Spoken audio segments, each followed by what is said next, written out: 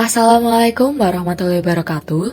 Kami dari kelompok 4 Alkilasi Minyak Bumi mata kuliah Proses Industri Kimia yang beranggotakan Ika Nuraini dengan akhiran NIM 072, Wahyu Ilham Holik dengan akhiran NIM 115, Dinitria Astarili Putri dengan akhiran NIM 122, Rona Najma Atif dengan akhiran NIM 130. Adapun pokok pembahasan yang kami bahas pada hari ini yaitu yang pertama, pendahuluan. Yang kedua, bahan baku. Yang ketiga, proses. Dan yang keempat, bahan jadi. Langsung saja kita masuk ke pemaparan materi. Bahan baku minyak bumi. Komposisi tersebut meliputi yang pertama, alkana, ada N-heptana, N-oktana, dan iso-oktana. Yang kedua, sikloalkana, ada siklopentana dan sikloheksana. Lalu ada yang ketiga, ada benzen, diperoleh dari fraksi hidrokarbon cair, dan alkena, S, N, dan O. Minyak bumi dapat dijelaskan dengan teori duplex. Menurut teori ini, bentuk dari jasad renik berasal dari hewan maupun tumbuhan yang telah mati pada jutaan tahun lalu di dasar laut. Adanya oksigen akan mengubah fosil yang mengendap di dasar laut ini menjadi kerogen. Akibat pengaruh waktu, temperatur tinggi, dan tekanan lapisan di atasnya, maka fosil atau jasad renik ini berubah menjadi bintik-bintik gelembung minyak dan gas.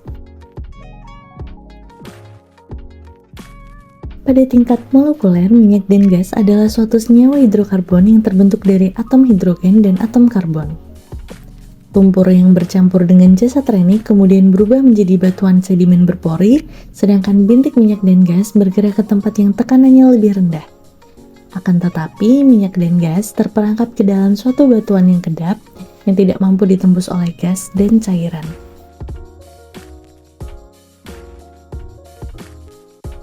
Batuan kedap bagian atas merupakan reservoir gas, bagian tengah merupakan reservoir minyak bumi, dan di bawahnya adalah air. Reservoir minyak dan gas ini ukurannya bisa mencapai satu ukuran kota besar, sehingga ini dapat menampung dengan volume yang sangat banyak.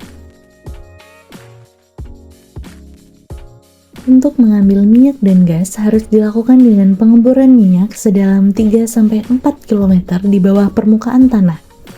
Hasil dari pengeboran masih berupa minyak mentah dan warnanya hitam, sehingga diperlukan proses lanjutan untuk mengolah minyak mentah menjadi minyak siap digunakan. Minyak mentah dapat diproses dengan berbagai cara untuk menjadi minyak bumi. Yang pertama, proses destilasi. Proses destilasi merupakan suatu teknik pemurnian dan pemisahan suatu zat berdasarkan tingkat volatilitas dan titik didih dari komponen-komponennya. Destilasi yang digunakan pada proses ini yaitu destilasi bertingkat yang didasarkan atas perbedaan titik didih.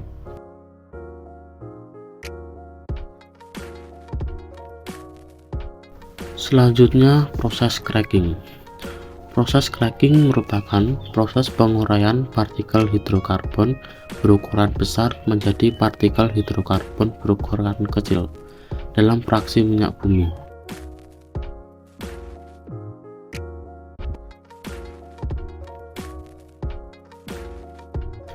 Selanjutnya, proses reforming. Proses reforming merupakan proses perubahan struktur molekul dari karbon rantai lurus menjadi karbon yang rantainya bercabang dengan bantuan katalis dan pemanasan.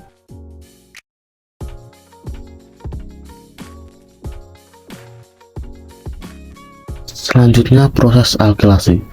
Proses di mana karbon yang rantainya bertambah pada fraksi sehingga molekulnya lebih panjang dan bercabang. Alkilasi dilakukan dengan bantuan penambahan katalis berupa asam kuat.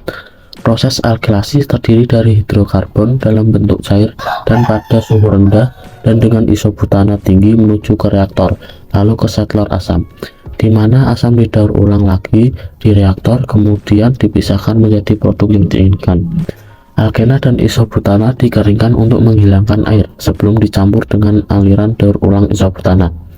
Ini dilakukan untuk mencegah korosi dan penyumbatan pada pipa dan katup akibat penumpukan air, serta mengurangi jumlah energi yang dibutuhkan untuk menjaga aliran. Ini merupakan langkah penting untuk menjamin efisiensi Pengoperasian sistem pada hidroflorik, proses alkilasi. Proses yang kelima yaitu proses blending. Pada proses ini terjadi penambahan zat aditif untuk meningkatkan kualitas akhir dari minyak bumi. Contoh zat aditifnya yaitu tetraethyl atau TEL. Penambahan ini dilakukan untuk menambah bilangan oktan pada bensin.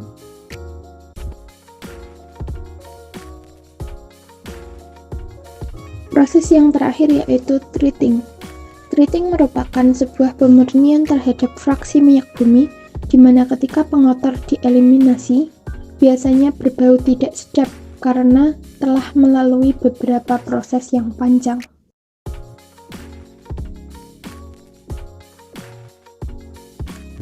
Dalam pengolahan minyak bumi dapat dihasilkan berbagai produk yang bermanfaat bagi kebutuhan masyarakat. Di antaranya gas LPG, aftur, afgas, bahan bakar kendaraan seperti bensin dan solar, minyak tanah, oli, parafin, dan aspal. Ada pun beberapa referensi yang kita gunakan.